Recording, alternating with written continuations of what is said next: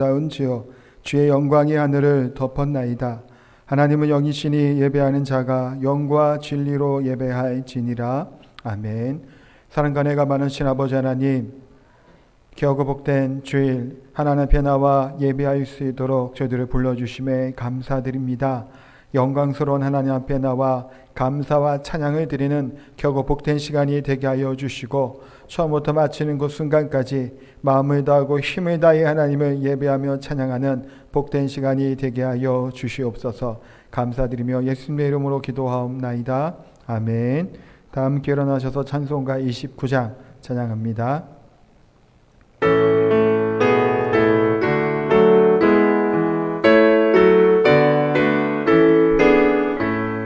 선보여 다 함께 할렐루야 아멘. 주 찬양하여라 할렐루야 아멘. 주 보좌 앞에서 택하신 은혜를 다 찬송하여라 할렐루야. 가문을 열어라 할렐루야 아멘. 온 하늘을 열어라 할렐루야 아멘. 인도자 되시며 친구가 되신 주, 그 사랑 끝없다 할렐루야 아멘. 주 찬양하여라 할렐루야 아멘. 찬양은 끝없다 할렐루야 아멘. 거룩한 집에서 춘총 기리며 내 찬송 부르자 할렐루야 아멘. 아멘. 우리 교동문 23번입니다.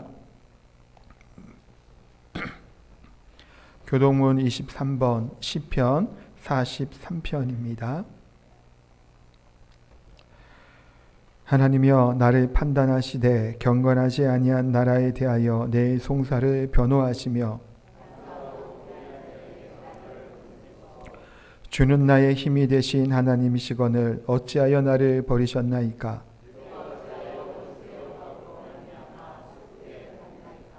주의 빛과 주의 진리를 보내시어 나를 인도하시고,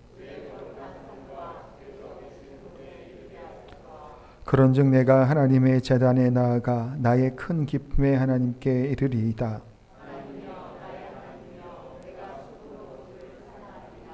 내 영혼아 내가 어찌하여 낙심하며 어찌하여 내 속에서 불안해하는가.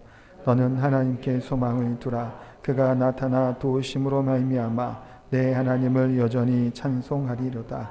아멘. 사도신경으로 신앙 고백드립니다. 나는 전능하신 아버지 하나님 천지의 창조주를 믿습니다. 나는 그의 유일하신 아들 우리 주 예수 그리스도를 믿습니다. 그는 성령으로 잉태되어 동정녀 마리아에게서 나시고 본디오 빌라도에게 고난을 받아 십자가에 못 박혀 죽으시고 장사된 지 사흘 만에 죽은 자 가운데서 다시 살아나셨으며 하늘에 오르시어 전능하신 아버지 하나님 우편에 앉아 계시다가 거기로부터 살아있는 자와 죽은 자를 심판하러 오십니다. 나는 성령을 믿으며 거룩한 공교회와 성도의 교제와 죄를 용서받는 것과 몸의 부활과 영생을 믿습니다. 아멘. 자리에 앉으셔서 309장 찬양합니다.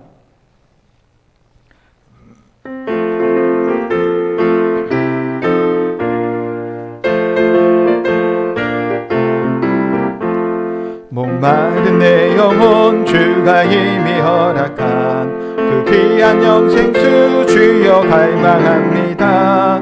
그 약속 따라서 힘써 간구하오니 오 주여 내 기도 어서 들어주소서.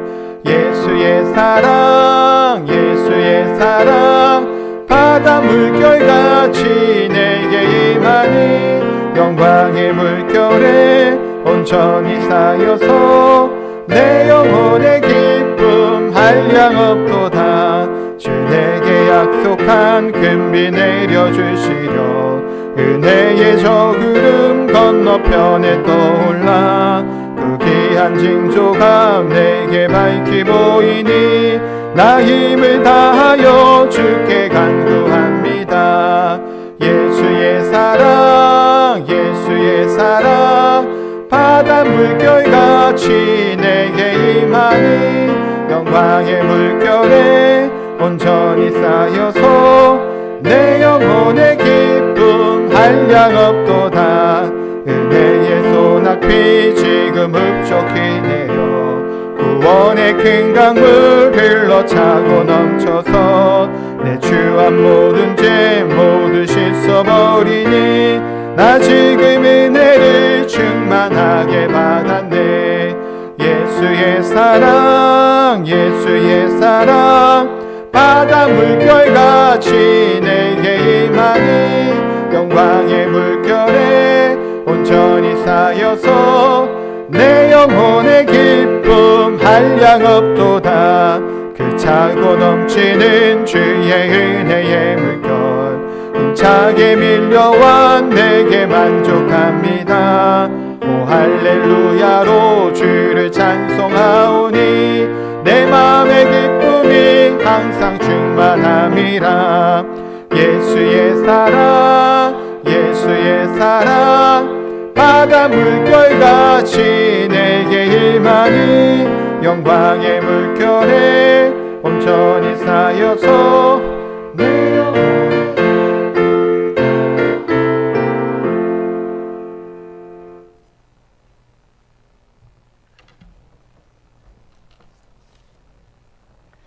지금도 살아계셔서 온 인류의 모든 역사를 주관하시며 감찰하신 거룩하신 하나님 아버지, 당신의 전능하신 섭리를 찬송하오며 주께 영광 드립니다. 주여, 저희들은 지난 한 주일 동안에도 세상에 살면서 당신을 기쁘시게 하지 못하고 저희들의 육신을 위하여 이기적인 욕망과 많은 제약에서 살아왔습니다. 이 시간 저희들의 회개를 들어주시고 용서하여 주시옵소서. 또한 주님의 말씀에 거울로 저희를 비추시고 영혼을 가르치사 저희들의 삶 전체가 하나님의 아버지를 향한 삶이 되게 하시고 주님을 저희의 희망과 위로로 삼게 하여 주시옵소서. 하나님 아버지, 이 제단에 꿇어 엎드린 사랑하는 성도들을 위하여 간구하오니 주께서 들어주시고 응답해 주시옵소서. 먼저 하나님 말씀대로 살아가는 믿음을 허락하시고 생활 속에서 삶 전체를 통하여 주님의 영광을 드러내는 살아가는 믿음을 허락하여 주시옵소서. 저희들이 걱정하고 근심하며 괴로워하는 그 모든 것들은 약한 믿음 때문이며 용기 없는 신앙 때문이니 주께서 저희들을 온전히 이끄시어 더 굳센 믿음을 허락하여 주시옵기를 간절히 간구합니다. 하나님 아버지, 아직도 주님을 알지 못하고 죄 속에서 신음하는 저희들의 이웃과 형제들을 위하여 기도하오니 주님께서 복음의 빛을 비추시사 당신의 밝은 빛 속에서 살아가게 하시고 예수를 믿어 영생을 누리는 복을 허락하여 주시옵소서. 헐벗고 굶주리는 우리의 이웃을 있사오니 이웃들이 있사오니 그들을 주께서 지켜주시고 저희가 그들과 함께 할 수 있는 기이한 믿음을 허락하옵소서. 이 시간에 오직 주님만이 임재하셔서 빈손 들고 나오는 모든 성도들에게 한량없는 축복을 내려 주시옵소서. 우리 배양교회 성도들도 코로나19로 인하여 어려움이 없도록 지켜주시옵소서.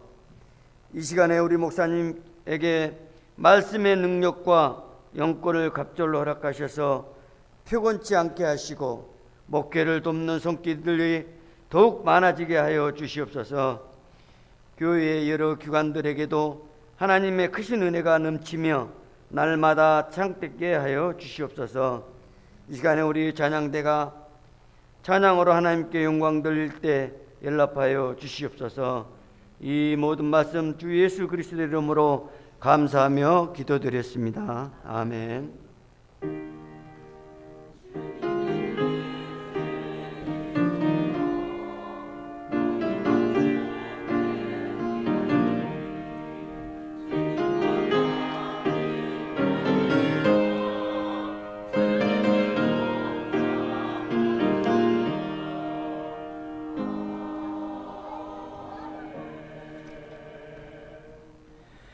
이제 교회 소식 전하도록 하겠습니다. 6월은 나라 사랑의 달입니다. 코로나로 참 전 세계가 그렇지만 어려운 가운데 있습니다. 우리 나라를 위해서 기도해 주시기 바랍니다. 실시간과 현장에서 예배 동시에 이렇게 진행 중입니다. 또 교육부 예배가 오늘부터 이제 시작했습니다. 좀 어려움이 좀 있고 좀 그럴 것 같긴 합니다만 그래도 우리 아이들을 위해서 기도해 주시고 좀 이렇게 잘 예배 드릴 수 있도록 또 방역 수칙들도 잘 지켜주시기를 부탁을 드립니다. 그 외에 또 이렇게 마스크도 쓰시고 하여튼 애써주시는데 하여튼 감사의 말씀도 드리겠습니다. 이번 주 토요일 날 여전대 주간으로 이제 화단을 조금 정리한다고 합니다. 비가 온다고 하는 장마라는 얘기가 있어서 어떻게 될지 모르겠습니다만 일단 우리 대대적인 그런 청소 그건 아니라고 해요. 그냥 이렇게 너무 더럽고 지저분하니까 풀 좀 뽑고 그렇게 한다고 하니까 우리 여전대 분들 잘 기억하셔서 함께 협력해 주시기를 부탁을 드립니다. 또 중보기도해야 돼 우리 한우들을 위해서 계속해서 마음을 모아 기도해 주시고 우리 코로나19 바이러스를 위해서도 기도해 주시기를 부탁을 드립니다. 하나님 말씀 보겠습니다. 에베소서 3장 14절에서 21절까지 말씀입니다. 신약성경 에베소서 3장 14절에서 21절까지 말씀입니다. 네, 우리 교독하도록 하겠습니다. 이러므로 내가 하늘과 땅에 있는 각 족속에게 그의 영광의 풍성함을 따라 그의 성령으로 말미암아 너희 속사람을 능력으로 강건하게 하시오며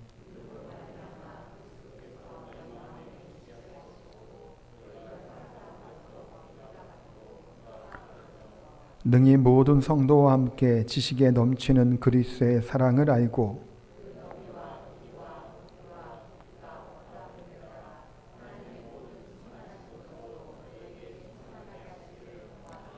우리 가운데 역사하시는 능력대로 우리가 구하거나 생각하는 모든 것에 더 넘치도록 능히 하실 이에게 교회 안에서와 그리스도 예수 안에서 영광이 대대로 영원 무궁하기를 원하노라.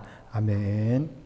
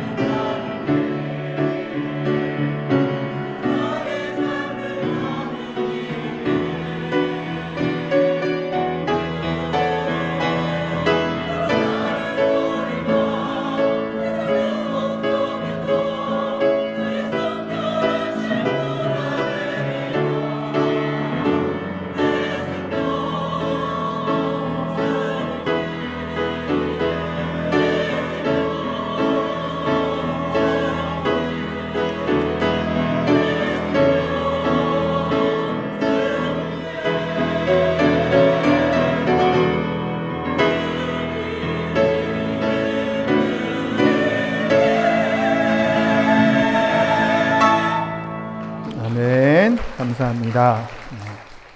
제가 한 번 더 기도하겠습니다. 하나님, 부족한 종이 우둔한 입을 열어 하나님의 말씀을 증언하고 나눕니다. 종의 입을 성령께서 주관하여 주시고 우리 성도님들의 들을 길을 또한 허락하여 주시옵소서. 감사드리며 예수님의 이름으로 기도하옵나이다. 아멘. 네, 태풍이 온다고 합니다. 날씨도 많이 덥죠. 에어컨을 살짝 틀으셨죠? 그래서 네, 이게 너무 일부 때도 많이 덥고 그러던데 이제 여름이 되고 이제 또 장마가 오고 하여튼 태풍이 또 오겠죠. 여러 가지 있을 터인데 하여튼 건강관리 이제 잘 해주시고 또 코로나 바이러스 때문에 이래저래 참 많이 이렇게 힘듦은 분명히 있을 겁니다. 예비들이 또 이렇게 마스크를 쓰고 있는 게 이게 쉬운 일이 아닌 것 같아요. 하여튼 그래도 그럼에도 불구하고 이렇게 예배를 사모함으로 오시니 귀하고 복되다라는 생각을 또 해보게 됩니다. 오늘부터는 다시 이제 에베소서 말씀을 이제 보도록 하겠습니다. 4월 말에 이제 오늘 똑같은 본문을 저희가 읽었고 이 본문을 가지고 전체를 다 이제 다루지 못했기 때문에 오늘은 이제 앞부분 잠깐 정리를 하고 이 뒤에 부분을 같이 이제 한번 살펴보는 시간을 가지려고 합니다. 기도는 하나님의 자녀가 가질 수 있는 권세이고 능력입니다. 예수 그리스도를 영접하면 하나님의 자녀가 되는 뭐를 받나요? 권세를 받지요. 그러면 구약에서처럼 마음을 졸여가면서 예배하지 않아도 됩니다. 내가 죽을까 걱정하지 않아도 되는 겁니다. 하나님께 나아갈 수 있습니다. 이것이 다른 말로 하면 기도라는 겁니다. 기도는 우리의 능력이고 그래서 권세다라고 말씀을 드렸죠. 그래서 바울 사도는 오늘 14절부터 나오는 이 내용은 바울의 기도의 내용이 나와 있는데 이런 하나님의 자녀가 가질 수 있는 특권과 권세, 이 권능을 가지고 에베소 성도들을 향해서 뭐하고 있는 건가요? 중보하며 기도하는 것이 14절부터 나와 있는 내용입니다. 우리 14절, 15절의 말씀 잠깐 또 한번 읽도록 하겠습니다. 이러므로 내가 하늘과 땅에 있는 각 족속에게 이름을 주신 아버지 앞에 무릎을 비노니 무릎을 꿇고 바울은 간절하게 기도드립니다. 지난번에 말씀드린 것처럼 바울 서신이 13권이에요. 그 성경 중에서 무릎 꿇고 기도했다는 표현이 나오지는 않습니다. 여기 말고는. 그만큼 바울이 지금 기도하는 내용은 간절한 마음으로 너무나도 중요한 내용을 가지고 하나님께 기도하는 겁니다. 누구를 위해? 에베소 성도들을 위해서 간절히 기도합니다. 그것이 한 3가지 정도였어요. 크게 보면 성령으로 말미암아 속사람의 강건을 위함이었고 믿음의 뿌리 말미암아 그리스도께서 너희 마음에 계시게 하시었고 세 번째는 사랑 가운데 뿌리를 박히고 터가 굳어지기를 소원하며 기도한 겁니다. 지난번 4월 마지막 주에는 첫 번째, 두 번째 내용을 우리가 잠깐 봤는데 그거 잠깐 정리하고 세 번째 사랑 가운데 뿌리 박히고 내용을 한번 보도록 하겠습니다. 속사람의 강건입니다. 16절에 보니까 16절 한 번 더 다시 읽겠습니다.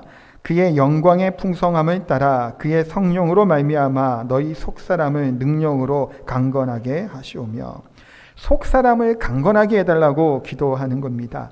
속사람과 반대는 겉사람이죠. 이것이 육신의 소욕, 성령의 소욕과도 같은 말이에요.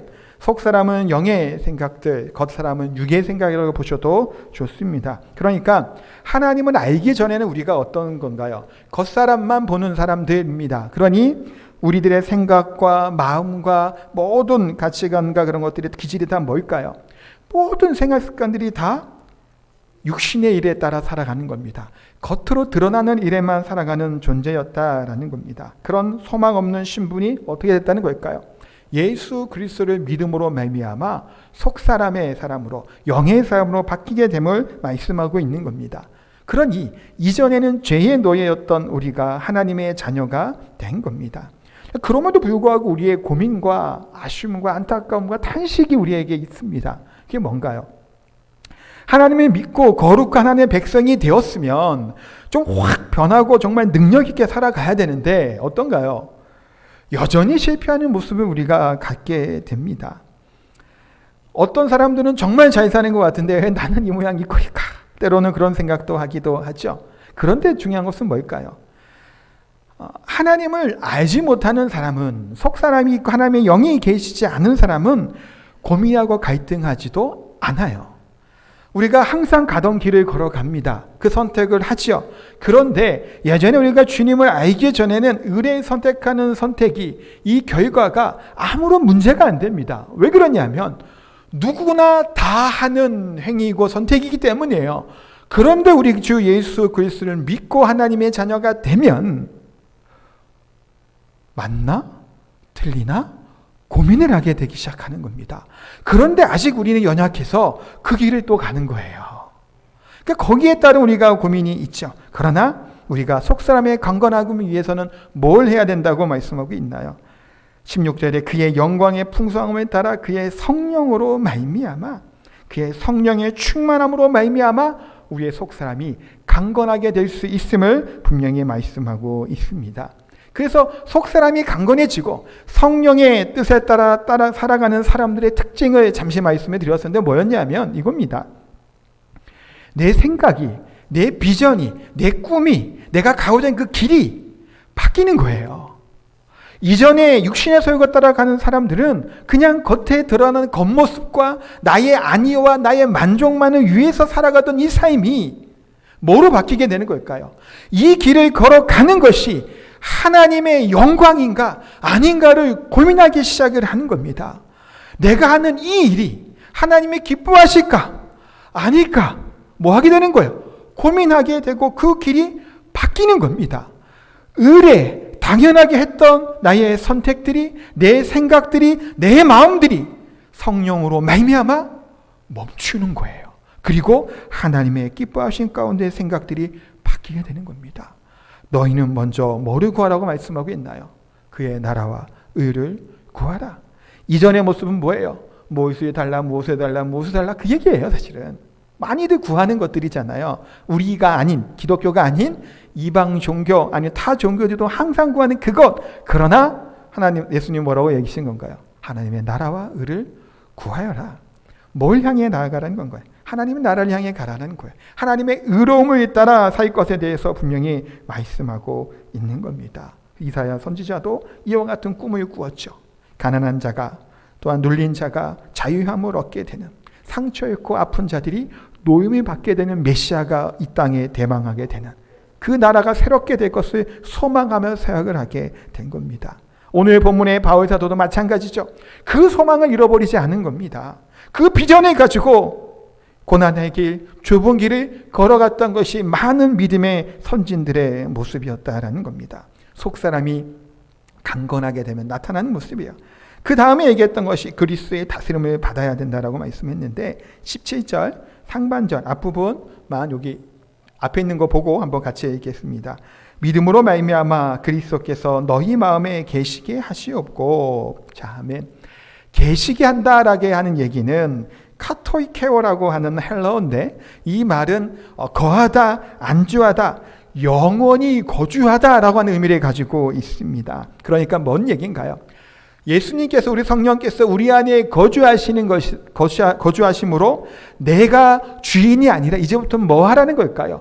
우리 예수님께서, 우리 하나님께서, 우리 성령님께서 주인된 삶을 살 것에 대해서 말씀하고 있는 겁니다.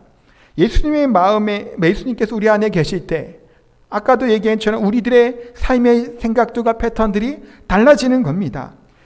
하나님께 온전히 우리의 삶을 맡겨드릴 때 시냇가에 심은 나무가 시절을 쫓아 열매를 맺는 생명을 갖게 될 줄 믿습니다.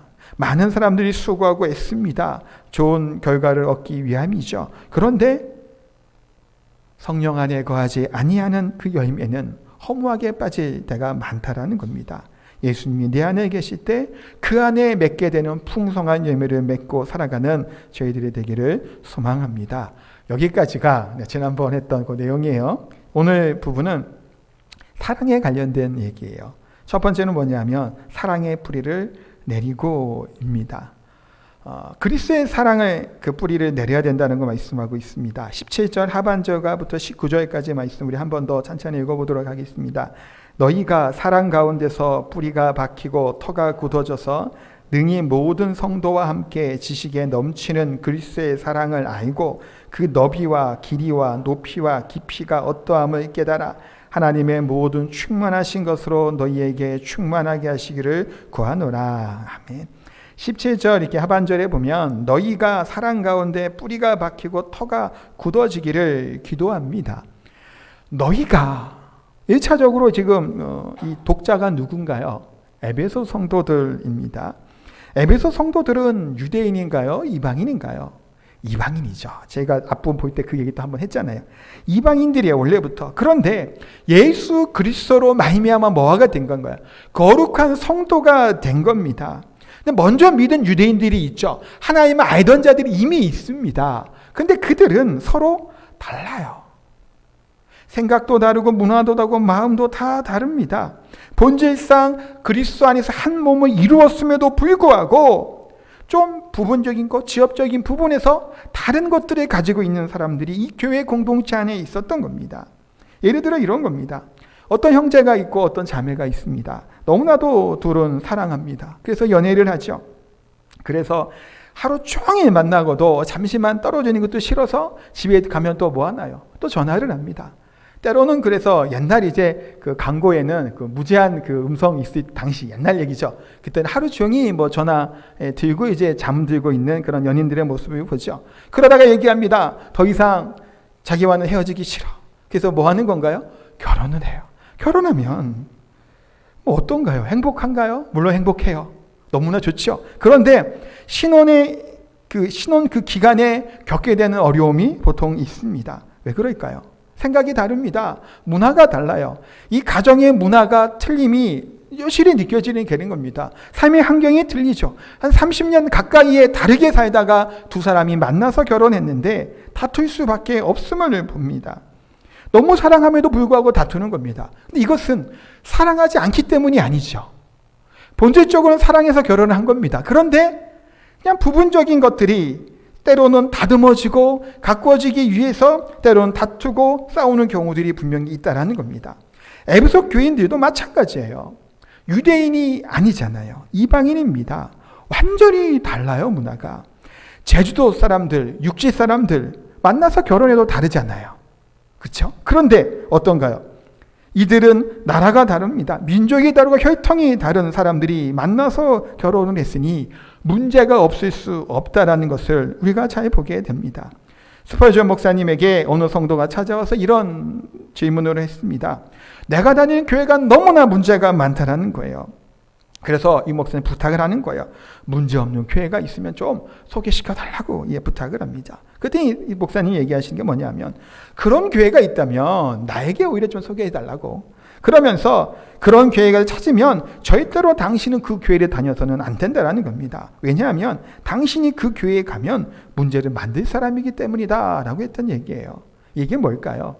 이 사람만의 문제는 것은 아니에요. 교회는 문제를 사실 안고 있는 사람들이 참 많습니다. 다양한 사람이 존재하고 있죠. 문제없는 교회가 없어요. 제가 참 부러워하고 좋아하는 교회가 있습니다. 이 땅의 교회가 아니에요. 초대교회 당시의 교회인데 그 교회는 서로를 참 많이 아껴주는 교회였습니다. 또한 바울과 이 관계가 너무나 좋아요. 그러니까 목회자하고 다음에 선교사하고 했던 사람하고 성도들의 관계가 아름답고 끝까지 협력하고 돕고 또 감옥에 갇혀 있을 때도 도와주고 없는 살림을 쪼개서라도 구제연금을 하고 선교연금을 했던 교회가 있습니다. 빌립보 교회예요. 근데 빌립보 교회가 이렇게 아름다운 관계를 가졌던 교회이지만 여기도 문제가 있습니다. 유고디게와 순두게라고 하는 여성 지도자들끼리 다툼이 생긴 겁니다.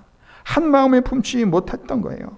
그래서 바울은 한 마음, 같은 마음을 품을 것을 권면하는 내용들이 빌립보서에 나오는 겁니다. 고린도 교회에 문제가 많았죠.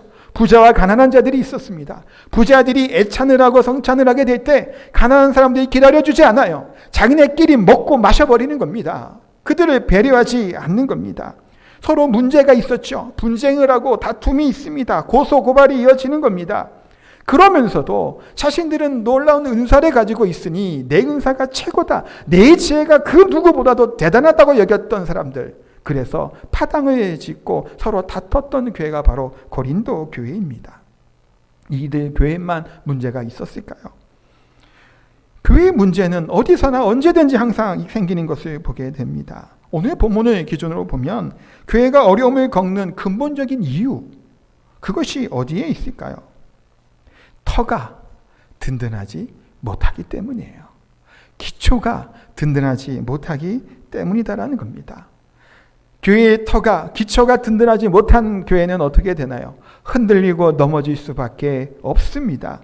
마태복음 7장 24절에서 27절까지 말씀을 보면 이와 같이 예수님이 말씀하십니다. 함께 읽겠습니다.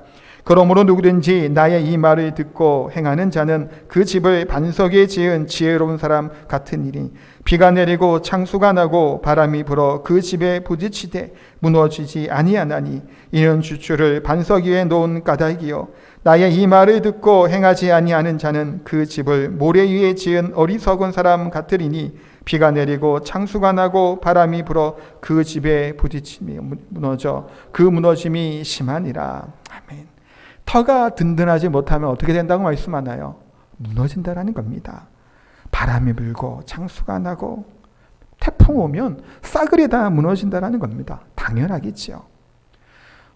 우리나라가 내진 설계가 잘 돼 있는지 모르겠어요. 우리 교회는 또 어떤지 모르겠습니다만 지진의 안전구역이 아니라 그러죠. 우리나라도. 근데 아마도 오랜 시간 동안 우리나라가 지진이 발생하지 않다 보니까 아마 건축하고 건설하는데 그렇게 아마 공을 들이진 않았을 것 같아요. 일본에 비해서는.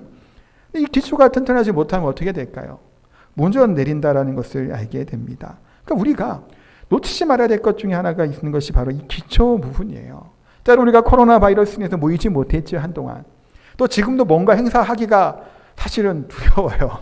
괜히 만약에 이렇게 그래도 나름 지키다가 혹시 저나 여러분 중 누가 걸려도 나름 잘 하다가 걸렸으면 좀 덜한데 지금 이 사회 분위기상 뭔가 이렇게 막 소모임도 하고 했다지 많이 걸리고 있잖아요. 그런 일을 겪게 되면 얼마나 사실 교회가 비판을 받을지 몰라서 두려움도 있고 그래서 찬양도 그래서 앞에 이제 찬양단어로 안 하고 예배 형식도 2부 예배도 지금 1부처럼 하는 이유가 박수 치며 찬양하면 뭐 비판이 되고 그런다고 하니까 거기 좀 조심하는 겁니다. 경계하는 거고 최대한 우리가 거기서 좀 잘 따라가는 것이 맞다고 생각을 하기 때문에 지금 이렇게 하는 겁니다. 이것이 못하기 때문에 뭐가 본질적으로 문제가 생기냐 하면 그것도 아니에요. 행사를 잘 못하고 있죠. 원래 5월 달에 어린이 행사도 뭐 이것저것 하려고 했었어요, 올해. 근데 아무것도 지금은 못하고 있습니다. 그것이 중단되어지고 못하는 것이 문제가 아니라 우리들의 믿음의 기초가 든든하게 세워지냐 아니냐가 더 중요한 거예요. 우리의 믿음의 기초가 튼튼하게 세워지지 않으면 어떤 형상이 일어날까요? 세상의 힘을 쫓아가는 겁니다. 교회 안에서 하나님 안에 있는 것이 아니라 돈의 힘을 찾아가는 겁니다.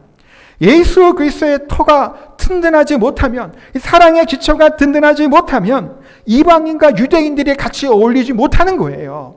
그리스도 안에서 한 거룩한 몸을 이루었는데 그들이 끼리끼리 어울리는 겁니다. 유대인은 유대인끼리, 이방인은 이방인끼리 서로 다름을 가지고 인정하고 존중하는 것이 아니라 비방하고 책망하고 책잡을 것이 없는 것을 보는 것이 바로 이들의 모습이었고, 마찬가지로 지금의 교회도 마찬가지입니다. 어느 교회나 할 것 없이 우리가 이와 같은 모습을 가질 때가 있습니다.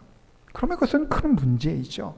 병이 드는 겁니다. 문제가 생긴 겁니다. 다시금 사랑의 복음 앞에서 하나님의 기초의 믿음의 기초 앞에 바로 세워야 될 줄 믿습니다. 사랑하는 성도 여러분, 그렇기 때문에 우리가 뭔 생각을 가져야 될까요? 이제 겉사람이 아니라 속사람이 강건해지는 사람이 되었죠. 주님의 자녀가 되었다라는 겁니다. 그런데 그럼에도 불구하고 우리가 잊지 말아야 될 것은 이거예요. 여전히 우리는 지어져 가는 존재라는 겁니다. 완성된 건물이 아니에요, 우리가. 그 얘기는 뭘까요? 우리의 믿음의 연수가 길어도 대단한 직분을 가지고 있어도 그렇게 얘기해요. 목사라고 하다고 이 목사가 믿음 좋은 사람이란 보증이 되지 않는 겁니다. 우리가 아무리 신앙생활이 잘한 것 같이 보일지라도 아직은 온전하지 못한 거예요. 여전히 뭐 하는 것 존재인가요? 세워져 가는 존재라는 사실을 우리가 기억해야 돼요. 그래야 우리 같이 세워져 가는 사람들끼리 뭐 하는 건가요? 존중하고 배려하고 사랑으로 같이 안아줄 수 있게 되는 겁니다. 내가 완벽하게 서진 사람을 여긴다면 정죄하는 거예요. 비판하는 겁니다. 누가 그랬나요? 바리새인들이 그랬어요. 자신들은 의롭다 여겼기에 정죄를 하는 거예요. 근데 내가 죄인이다 여겼고 나는 아직 완성되지 못했다 여기면 뭐 할까요? 정죄할 수가 없어요. 왜요?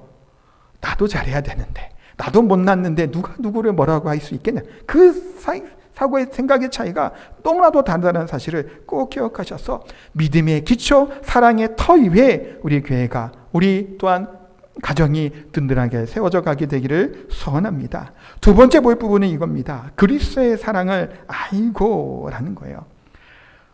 각기 다른 성도들끼리 이렇게 모였잖아요. 이 모인 사람들끼리 정말 사랑의 뿌리를 받고 기초를 다져서 이렇게 살아가야 되는데, 그런데 이게 쉽지가 않은 겁니다. 생각대로, 말대로 이게 되면 얼마나 좋아요. 그런데 설교하는 저조차도 이렇게 살기가 쉽지가 않은 겁니다. 그래서 가장 중요한 것은 뭘까요? 우리 성도들이 가장 중요하게 여겨야 될 것 중 하나는 뭐냐면 그리스도의 사랑을 알아가는 겁니다. 로이드 존스 목사님이 이런 얘기를 하셨습니다. 그리스도의 삶에서 가장 높이 도달해야 될 것 중 하나가 하나님의 사랑을 알고 체험하는 것이다 라고 이야기를 합니다. 가장 높이 도달해야 될 그 목표라는 겁니다. 우리가 신앙생활하면 중요한 것들이 있습니다. 뭐가 중요한가요? 하나님의 말씀, 성경을 잘 알아야 되겠죠. 읽어야 됩니다. 중요한가요? 중요하지 않은가요? 중요합니다. 우리가 기도 생활 해야 되나요? 말아야 되나요? 기도해야 되는 겁니다. 예배를 사모함으로 예배를 드려야 되겠죠. 중요해요. 봉사도 해야 됩니다. 이것들이 다 중요하지 않다라는 것이 아니에요. 그러나 결국에 우리가 가장 중요시 여겨야 될 것은 뭘까요? 하나님의 사랑을 아는 그 자리까지 우리가 나아갈 수 있어야 되는 겁니다. 하나님이 나를 얼마나 사랑하시는지 그것을 깨달아 아는 것, 그러기를 위해서 바울은 지금 뭐 하는 건가요? 기도하는 거예요.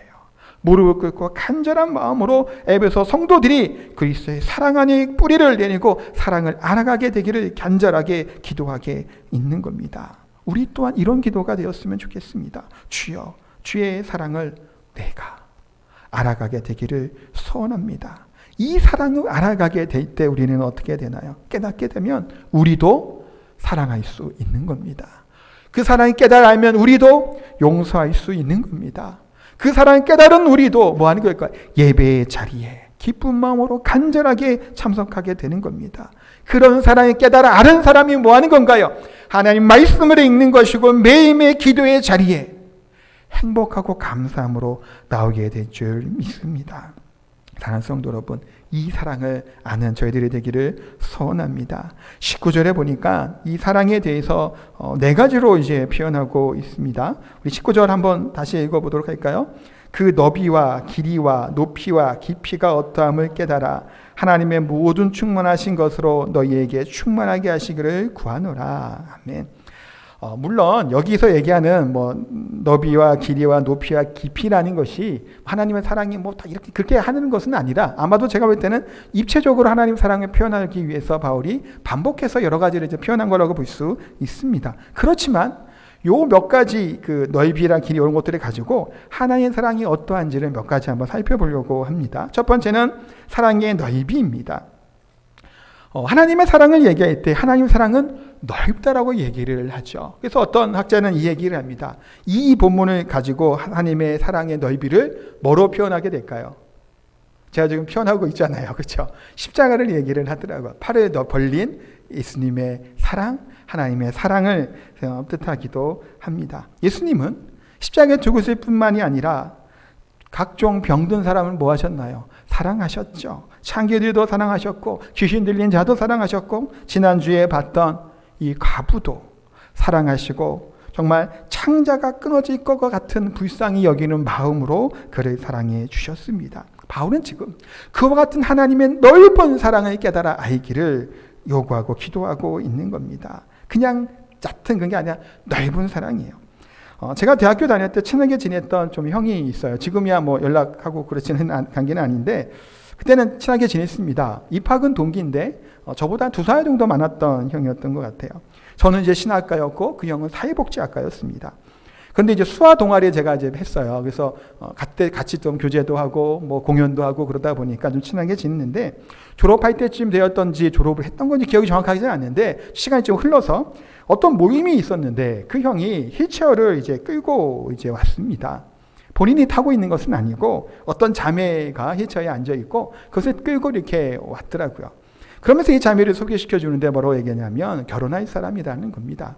다른 사람이 그 기저를 끄니까 이거 내 거라고 내가 끈다 그러면서 또 막 하더라고요. 그런 걸 보면서 물론 뭐 다른 의도가 있는 것이 아니고 장애가 뭐 그 문제 있는 건 아니죠. 근데 참 대단하다는 생각을 했습니다. 20대 이제 중반 후반이었던가 같은 나이였던 것 같은데 하반신 마비였던 분이에요. 평생 그렇게 하는 게 쉬운 일은 아니잖아요. 그런데 왜 이렇게 결혼을 하고 가정을 이루었을까요? 사랑하기 때문이었겠죠. 쉬운 사랑은 분명히 아닙니다. 우리가 좋은 사람을 만나고 좋은 사람을 사랑하는 것, 그거는 누구나 할 수 있는 것이죠. 세리도 한다고 예수님은 말씀을 합니다. 내 마음에 맞는 사람을 사랑하는 것, 그것도 별로 어렵지 않습니다. 그러나 마음이 맞지 않는 사람을 위해서 내가 기도하고 그를 사랑하는 것은 이게 쉬운 일이 아니죠. 예수님의 사랑의 넓이는 바로 이와 같다라는 겁니다. 넓다라는 겁니다. 조건 보고 하는 사랑이 아닌 겁니다. 하나님과 우리 주님과 저와 여러분들의 관계는 어떤가요? 격이 안 맞잖아요. 그렇게 따지면 전능하신 천재 창조의 하나님과 이 별것도 없고 보잘것도 없는 저와 같은 사람들이 어떻게 격이 많아서 하나님 우리 사랑했냐라는 거예요. 하나님의 사랑은 넓다라고 그래서 말씀하고 있습니다. 두 번째 하나님의 사랑은 길다라는 겁니다. 길이를 이야기를 하죠. 하나님이 나를 사랑하실 때, 우리를 사랑하실 때의 그 길이가 어느 정도일까요?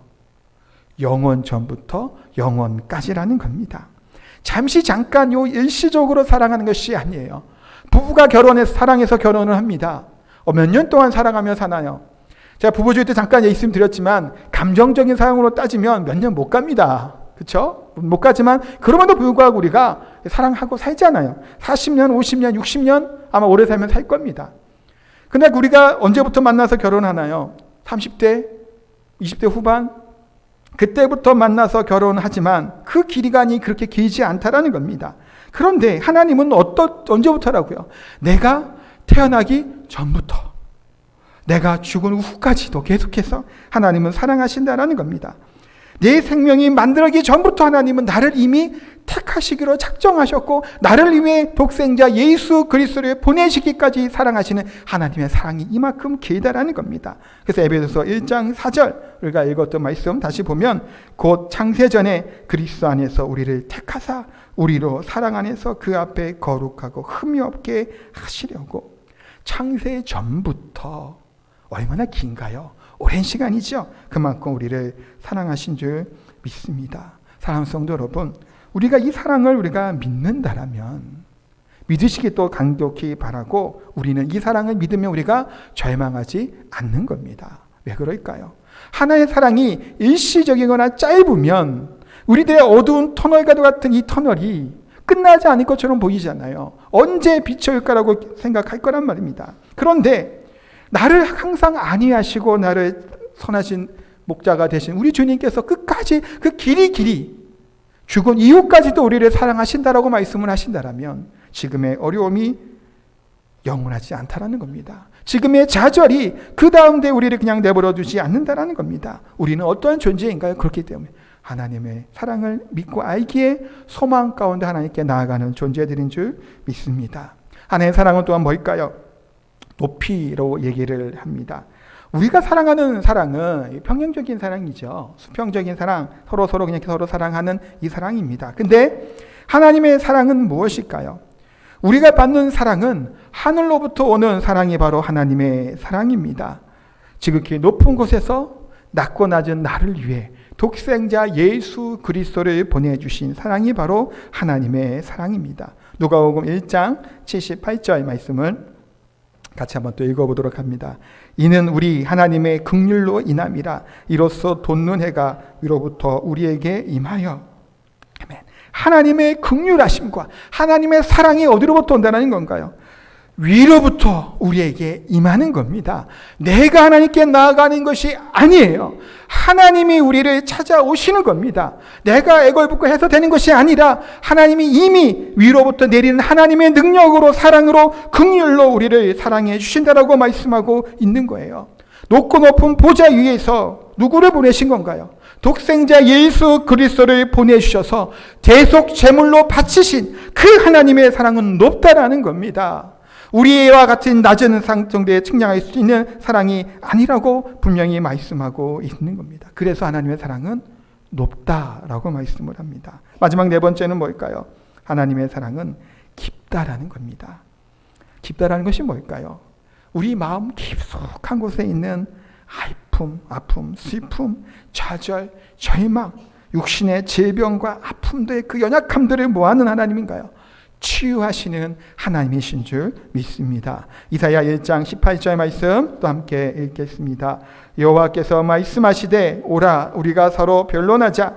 너희의 죄가 주홍 같을지라도 눈과 같이 희어질 것이요 진홍같이 붉을지라도 양털같이 희게 되리라. 아멘.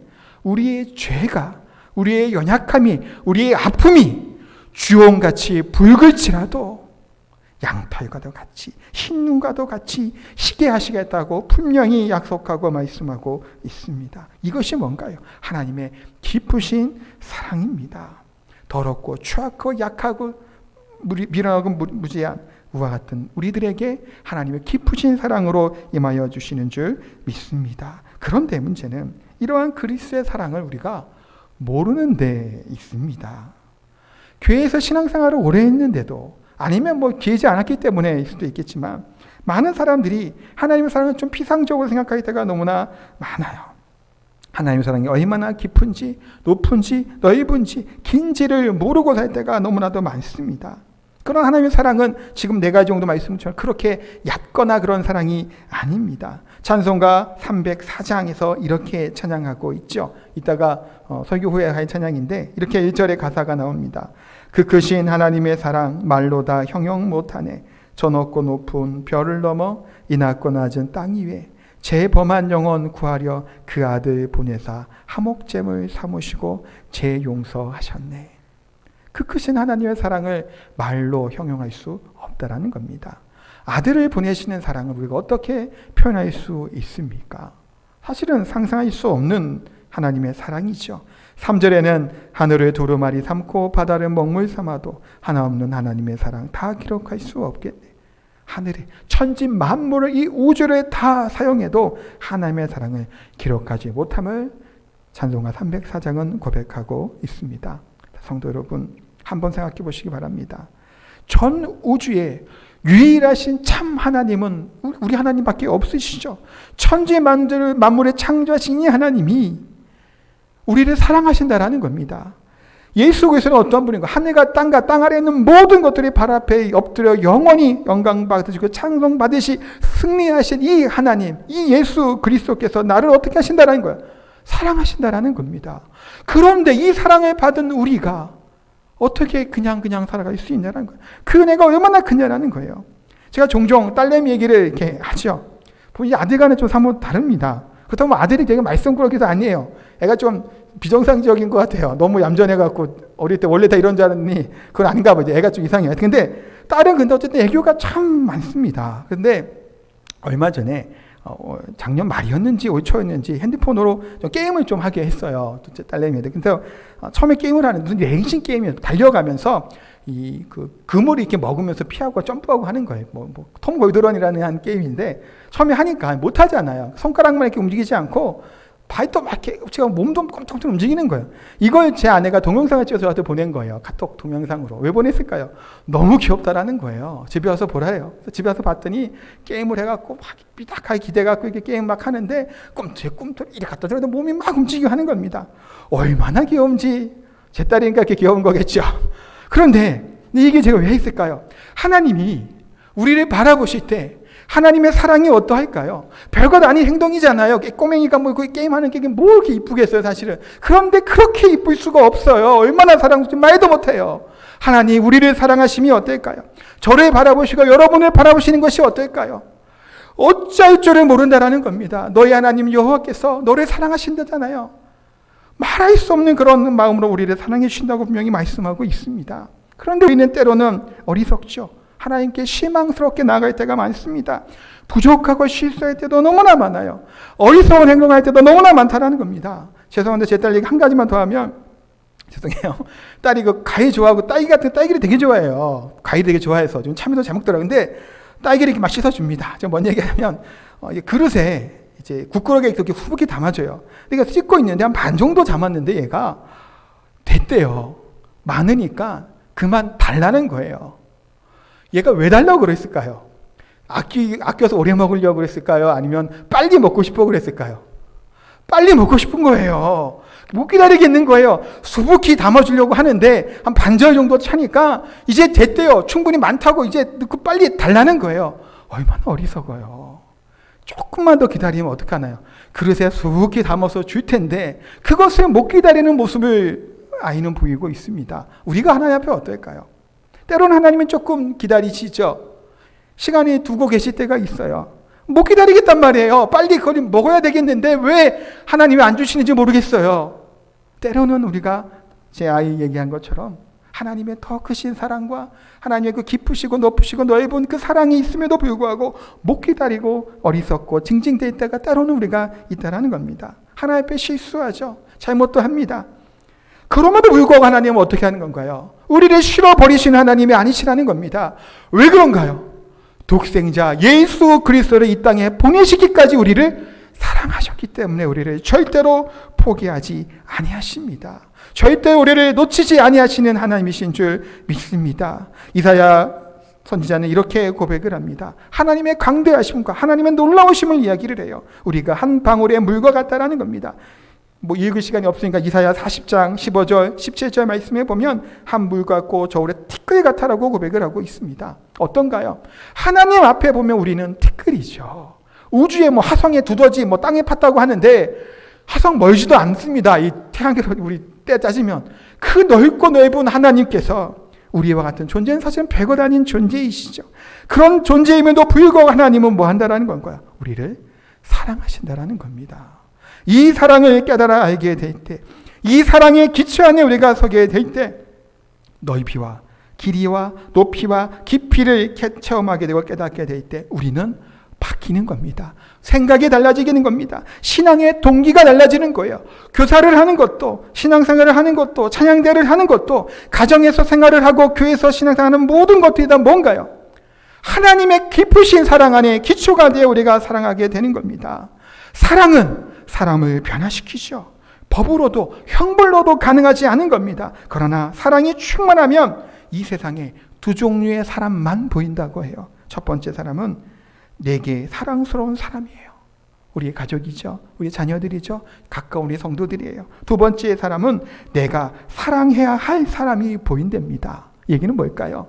미워하는 사람이 보이는 것이 아니에요. 아직은 사랑하지 못하지만 이 그리스도의 사랑이 알고 충만하게 있으면 앞으로 내가 사랑하고 기도해야 될 사람으로 보인다라고 이야기를 하는 겁니다. 하나님의 사랑으로 충만하면 나쁜 사람으로 보이는 것이 아니라 불쌍한 사람으로 보이는 겁니다. 그래서 주의 말씀으로 인도하고 싶은 마음이 드는 겁니다. 사랑하는 성도 여러분, 우리는 다 약하죠. 근데 하나님이 그것을 다 아십니다. 속사람이 강건해져야 되는데 겉사람은 여전히 우리를 주도하고 있고 주관하고 있습니다. 그래서 우리가 낙심하고 좌절하고 넘어질 때도 많다라는 겁니다. 그런데 그것을 하나님은 다 아세요. 모르는 것 같지만 하나님은 다 아신다라는 겁니다. 하나님의 은혜의 보좌 앞에 나아가게 되기를 소망합니다. 바울은 육신은 갇혔으나 그 영은, 그 마음은, 그 기도는 갇혀있지 않고 에베소 교회 성도들을 위해 무릎 꿇고 간절히 기도하는 것처럼 하나님의 사랑 안에 거하시고 하나님의 사랑의 터 안에 든든히 기초를 놓고 살아갈 수 있는, 그래서 매일매일 삶이 조금 부족하고 약해 보일지라도 기쁘고 감사가 은혜가 넘치며 살아갈 수 있는 저 우리 성도님 되시기를 예수님의 이름으로 축복하고 기도합니다. 우리 찬송가 304장 그 크신 하나님의 사랑 찬양하면서 우리 헌금 드리도록 하겠습니다.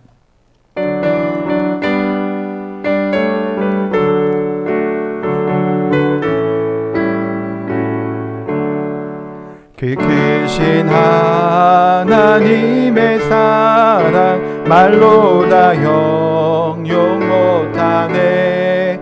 저 높고 높은 별을 넘어 이 낮고 낮은 땅 위에 죄범한 영혼 구하려 그 아들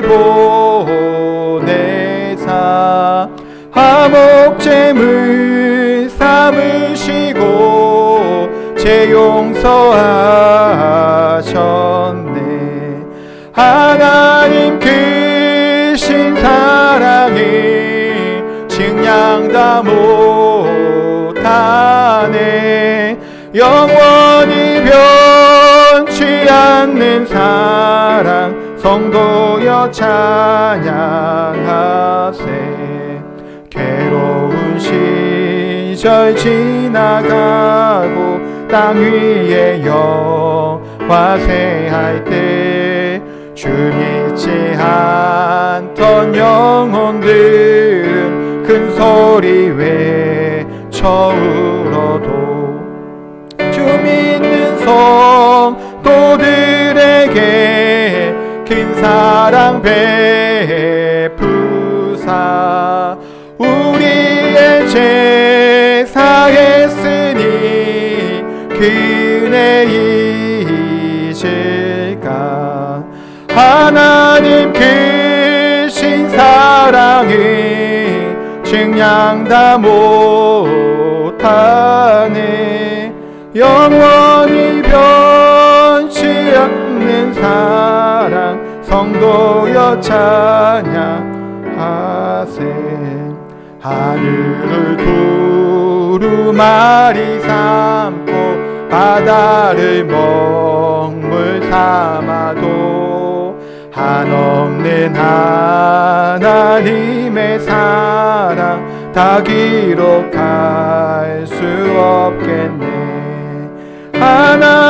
하나님의 크신 사랑 난 어찌 다 쓸까.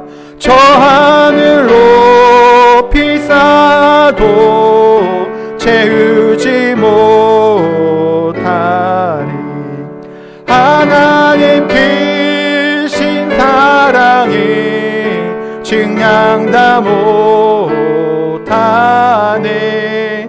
영원히 변치 않는 사랑 성도여 찬양하세. 같이 한번 기도하겠습니다. 기도드릴 때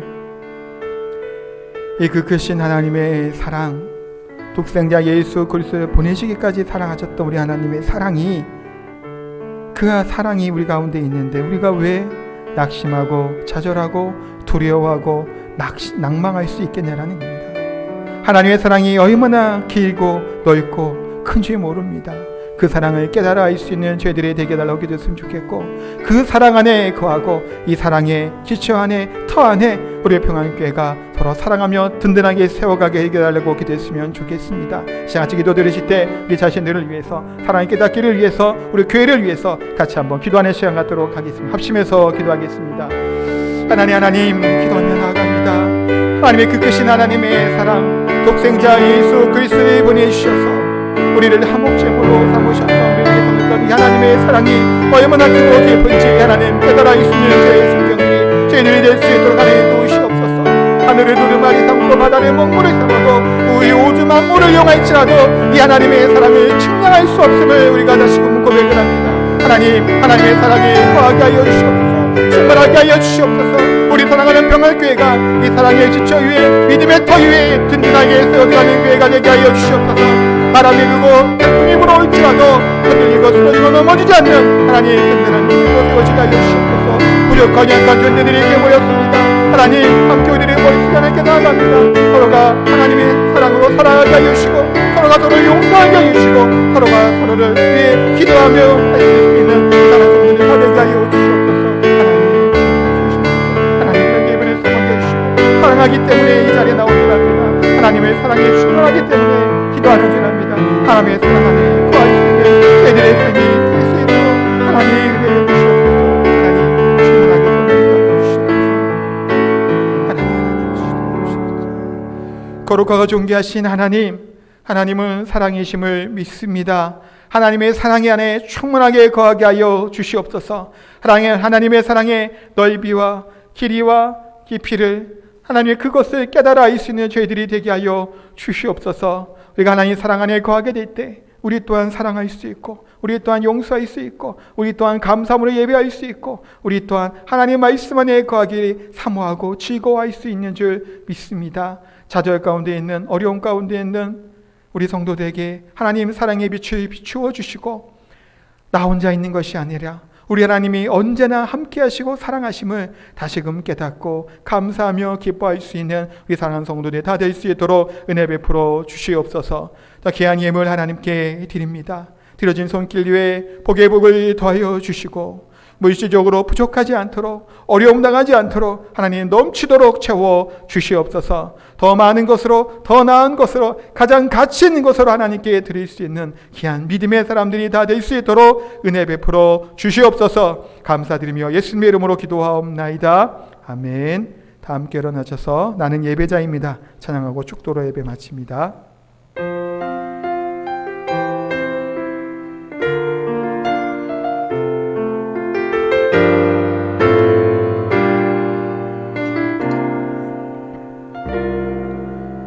나는 하나님을 예배하는 예배자입니다. 내가 서 있는 곳 어디서나 하나님을 예배합니다. 내 영혼 거룩한 은혜를 향하여 내 마음 완전한 하나님 향하여 이곳에서 바로 이 시간 하나님을 예배합니다.